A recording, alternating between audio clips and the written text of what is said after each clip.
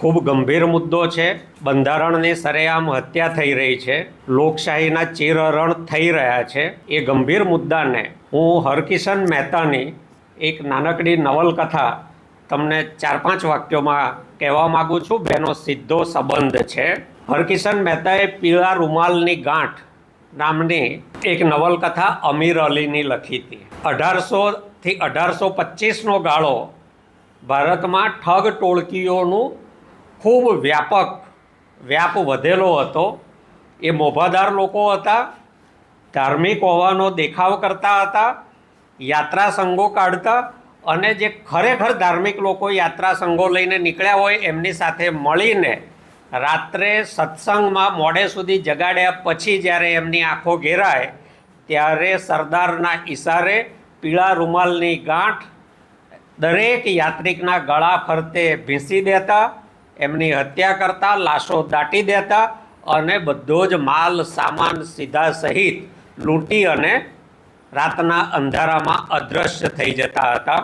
એ પીળા રૂમાલની ગાંઠની વાર્તા આજે ભારતીય લોકશાહીમાં વાસ્તવિક રીતે જાણે કે અમલમાં આવી રહી હોય એવો દેશમાં દ્રશ્ય ઊભું થયું છે।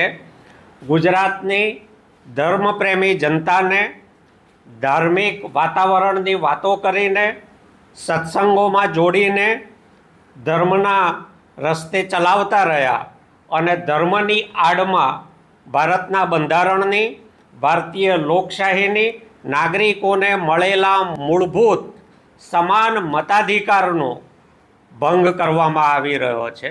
લોકશાહીનું ચીરહરણ ગુજરાતમાં 3 વખત થયું છે। એ આમ આદમી પાર્ટી આજે ખુલીને મીડિયાના માધ્યમથી ગુજરાતની જનતાના ધ્યાનમાં મૂકવા માગે છે। આપને યાદ હશે અને તમારી સૌની લાઇબ્રેરીમાં, ઇલેક્ટ્રોનિક પ્રિન્ટ મીડિયાની લાઇબ્રેરીમાં આ પડેલું છે। 2016ની અમદાવાદ મ્યુનિસિપલ કોર્પોરેશનની ચૂંટણીમાં છેલ્લી ઘડીએ મતદાર યાદીઓમાંથી આખી પાટીદાર સોસાયટીઓ ગાયબ થઈ ગઈ હતી। પાટીદાર સોસાયટીઓના મતો ગાયબ કરીને પાટીદાર અનામત આંદોલનમાં જે રોષ ભારતીય જનતા પાર્ટી સામે ઊભો થયો હતો એને ખાળીને બોગસ ચૂંટણી પંચની મિલીભગત વગર ક્યારેય શક્ય નથી। એક સ્વાયત્ત બંધારણીય સંસ્થાને જો હુકમી સત્તા અને ધનના જોરે બાનમાં લેવાઈ હોય એવી સ્થિતિ ગુજરાતમાં ઊભી થઈ છે।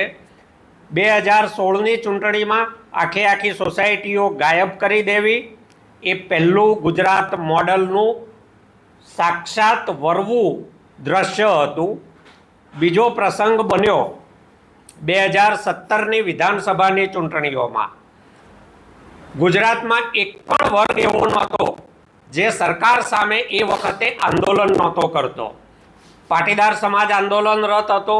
ગુજરાતમાં ઠેર ઠેર ખેડૂતો સરકારની સામે મોરચા માંડીને બેઠેલા હતા। આંગણવાડી આશા વર્કર બહેનો સરકાર સામે મોરચા માંડીને બેઠેલા હતા। ફિક્સ પે, કોન્ટ્રાક્ટ, આઉટસોર્સિંગના મુદ્દે યુવાધન ગુજરાતનું રસ્તા ઉપર હતું।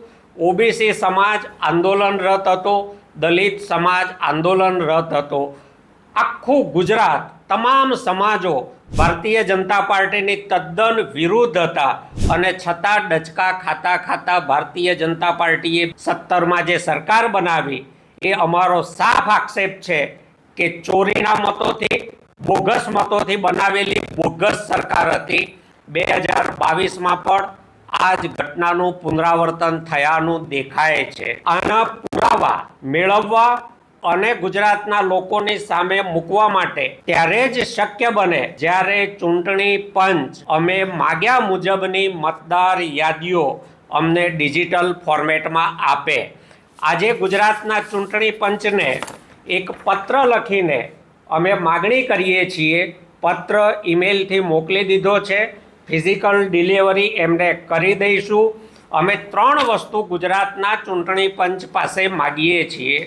2016ની અમદાવાદ મ્યુનિસિપલ કોર્પોરેશનમાં ઉપયોગમાં લેવાયેલી મતદાર યાદીની ડિજિટલ એક્સેલ ફોર્મેટમાં અમને મતદાર યાદી આપવામાં આવે। બીજી યાદી 2017ની ચૂંટણીમાં ઉપયોગમાં લેવાયેલી મતદાર યાદી ડિજિટલમાં એક્સેલ ફોર્મેટમાં આપવામાં આવે અને 2022માં ઉપયોગમાં લેવાયેલી મતદાર યાદી ડિજિટલ એક્સેલ ફોર્મેટમાં અમને આપવામાં આવે. આ એક્સેલ ફોર્મેટમાં આપવાના કદાચ ચૂંટણી પંચ પાસે પૈસા ના હોય, એમના આકા ચોરીની સરકાર બનાવીને સત્તામાં બેઠેલું ભાજપ જો એ ગ્રાન્ટ મંજૂર ન કરે તો આમ આદમી પાર્ટી એનો ખર્ચ આપશે, પણ આ 3 યાદીઓ એક્સેલ ફોર્મેટમાં જોઈએ છે. આ એટલા માટે જોઈએ છે કે ગુજરાતમાં 2017, 2022 અને એ પહેલાં